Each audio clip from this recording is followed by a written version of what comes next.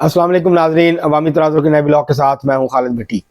आज के इस ब्लॉग में हम बात करेंगे कि क्या तहरीक इंसाफ पसपाई इख्तियार कर रही है, क्या तहरीक इंसाफ अपनी हिकमत अमली तब्दील कर रही है, क्या तहरीक इंसाफ ने टकराव की जो सियासत शुरू की थी, क्या तहरीक इंसाफ अब उस पर असर नौ गौर कर रही है और अपनी हिकमत अमली को तब्दील करने के लिए इस वक्त पार्टी के अंदर मुशावरत भी हो रही है, खैंचातानी भी हो रही है, इख्तलाफात भी हैं। इस सारी सूरत हाल के ऊपर आज हम बात करेंगे और क्यों तहरीक इंसाफ मजबूर हुई है कि वो अपनी हिकमत अमली के ऊपर असर नौ बात करे, गौर करे और उसको तब्दील करने के हवाले से और जो है वो आगे बढ़े और इस्टेब्लिशमेंट के साथ इस्टेब्लिशमेंट एंगेज करने के लिए तैयार नहीं है तो वो कम अज़ कम गवर्नमेंट को जो है वो एंगेज करे। तो इस सारी सूरत हाल के ऊपर आज हम बात करेंगे। इससे पहले कि हम आपको तफसीलात फराहम करें, तज़िया दें, आपसे गुजारिश है कि अगर आपने हमारा चैनल अवामी तराजुर अभी तक सब्सक्राइब नहीं किया उसको सब्सक्राइब कर लें। आपको व्लॉग पसंद है इसको शेयर करें, लाइक करें और महज़ब अंदाज से अपनी राय का इज़हार करें। बेल आइकन जरूर दबा दें, टल्ली जरूर खड़का दें। अब हम बढ़ते हैं अपने आज के मौजू की तरफ। कल से शोर उठा कि तहरीक इंसाफ जो है वो मुज़ाकरात चाहती है हुकूमत से। ये तहरीक इंसाफ की हमने रात को भी इसके ऊपर कल रात को भी इसके ऊपर जो है वो व्लॉग किया था, उसमें कुछ तफसीलात आपको दी थी।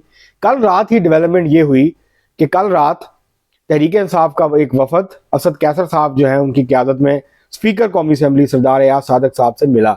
उनकी रहायशगाह पे कहा यह गया कि उनकी वालदा की ताज़ियत करने आए हैं। तो लेकिन मकसद दरअसल ये था कि पार्लियामेंट के फोरम को इस्तेमाल करते हुए एक ऐसी पार्लियामानी पार्टी कमेटी बन जाए जिसके प्लेटफॉर्म के ऊपर तहरीक इंसाफ अपने जो उनके इश्यूज हैं, डिमांड्स हैं या वो जो समझते हैं उनके जो ग्रीवेंसेस हैं उनको वो एड्रेस कर सके।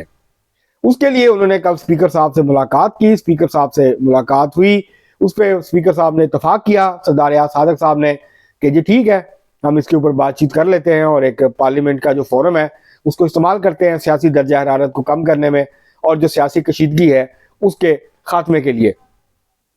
लेकिन उसके बाद असद कैसर साहब ने बाद में जब मीडिया पर खबरें चली कि जब असद कैसर साहब सरदार एयाज सादक साहब के घर मौजूद थे तो वज़ीर आज़म शहबाज शरीफ भी वहीं थे और शायद उनकी उनसे मुलाकात भी हुई है।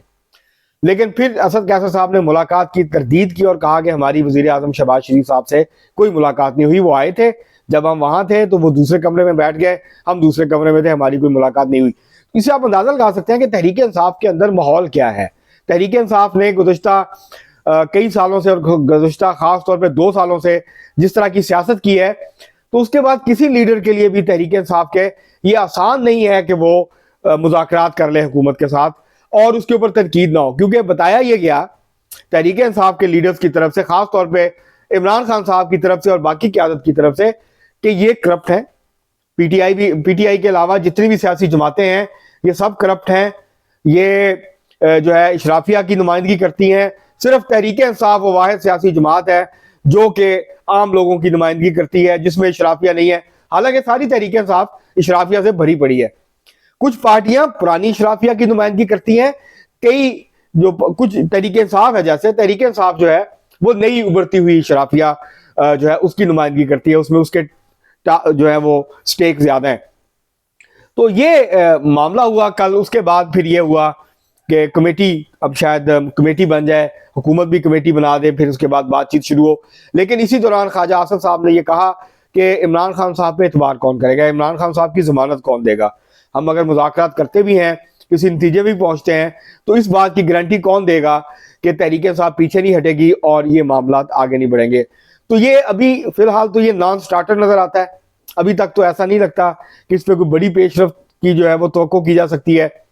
लेकिन बहरहाल ये एक अच्छा जेस्चर है, ये एक तब्दीली जरूर है तहरीक इंसाफ की पॉलिटिक्स में, उनकी हिकमत अमली में जो बड़ी जारहाना हिकमत अमली उन्होंने इख्तियार कर रखी थी उसके हवाले से ये एक तब्दीली जरूर है और हुकूमत को रिस्पॉन्ड करना चाहिए। हुकूमत को कमेटी बनानी चाहिए, पाकिस्तान पीपल्स पार्टी के लोग भी हों, MKM के भी हों, बाकी जमातों के भी हों और एक भरपूर जो है वो पार्लियामानी कमेटी एक बनाई जाए, फिर वो इंगेज करे इनको। और उसमें जो PTI की कमेटी है उसमें असद कैसर साहब हैं, बैरिस्टर गौहर हैं, उमर अयूब हैं, अली मोहम्मद खान हैं। तो ये इन लोगों को इंगेज करे, इनके साथ बातचीत करे और इससे अगर मामला आगे बढ़ते हैं तो इससे अच्छी कोई बात नहीं हो सकती कि इससे सियासी दर्जा हरारत नीचे आएगा और जो कशीदगी है सियासी वो कम होगी, सियासी अदम इस्तेहकाम जो है वो कम होगा। लेकिन मसला ये है कि तहरीक इंसाफ के सारे फैसले इमरान खान साहब करते हैं। अब ये भी ज़राए से खबरें सामने आ रही हैं कि इमरान खान साहब की जो मुलाकात हुई है अपने पार्टी रहनुमाओं से जेल के अंदर, उसमें पार्टी रहनुमा जो है तहरीक इंसाफ के, वो इमरान खान साहब को कन्विंस करने की कोशिश करते रहे कि आप हिकमत अमली तब्दील करें, हमें आप मौका दें, हमें आप बातचीत करने का मौका दें, हमें मुज़ाकरात करने का हुकूमत से और सियासी जमातों से मौका दें, जिससे हम अपने लिए बंद दरवाजे खोल सकें। लेकिन लगता नहीं है कि इमरान खान साहब फौरी तौर पर इस बात की इजाज़त देंगे, या वो बहुत कन्विंस्ड है, क्योंकि बुशरा बीबी और इमरान खान साहब की जो बहनें हैं वो कोई ज़्यादा कन्विंस्ड नहीं है इस हिकमत अमली के एतबार से। वो जारहाना हिकमत अमली को कंटिन्यू रखना चाहती हैं। तो ये मामला है, ये जो सारी सूरत हाल है, क्या इससे नतीजे में, अब नतीजा तो यही नहीं होना चाहिए कि एंगेज करें, सियासतदानों को एक दूसरे के साथ, सियासी जमातों को एंगेज करना चाहिए, एक दूसरे की बात सुननी चाहिए, एक दूसरे के साथ जो है वो अपने जो ग्रीवेंसेस हैं उनको एड्रेस करना चाहिए, जो हुकूमत के हैं वो हुकूमत उन मसाइल को सामने रखे, जो PTI के हैं वो उनको रखे। लेकिन अदम एतमाद बहुत ज़्यादा है एक दूसरे के ऊपर। ये एतमाद की फिजा बनते बनते टाइम लगेगा, ये फौरी तौर पे कोई नतीजा नहीं निकलेगा इससे, और ना निकालने की कोशिश करनी चाहिए। सबसे पहली बात तो है एक दूसरे पे एतमाद। इस वक्त हुकूमत को तहरीक इंसाफ पे, तहरीक इंसाफ को हुकूमत पे एतमाद नहीं है।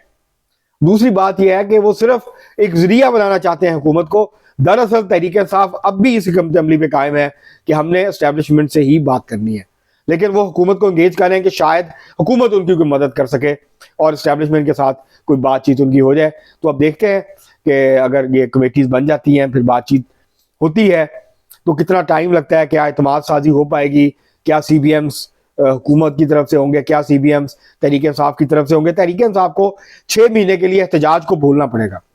तहरीक इंसाफ के जो लीडर्स हैं उनकी तरफ से जो तुंदो तेज बयान आते हैं उसको रोकना पड़ेगा। इसी तरह हुकूमत के जो लोग हैं उनको भी अपनी बयानबाजी में थोड़ी एहतियात करनी पड़ेगी, तो फिर जाके एक ऐसा माहौल बनेगा जिसमें एक मौसर और भरपूर किस्म के मुज़ाकरात जो है वो हो सके। लेकिन एतमाद साजी जो है वो पहली शर्त है, वो पहला मसला है जिसको दूर करना है। अदम एतमाद की बहुत बड़ा अदम एतमाद है, बहुत बड़ी खलीज आयल है दोनों तरफ, और इसलिए जो है वो अभी फौरी तौर पर ये नहीं कहा जा सकता कि जैसे ये बैठेंगे तो कोई ना कोई मामला हल हो जाएगा। लेकिन एंगेज होना बहुत ज़रूरी है, एक दूसरे को एंगेज करना बहुत ज़रूरी है। सियासतदानों का, सियासी जमातों का एक दूसरे को एंगेज करना बड़ा ज़रूरी है।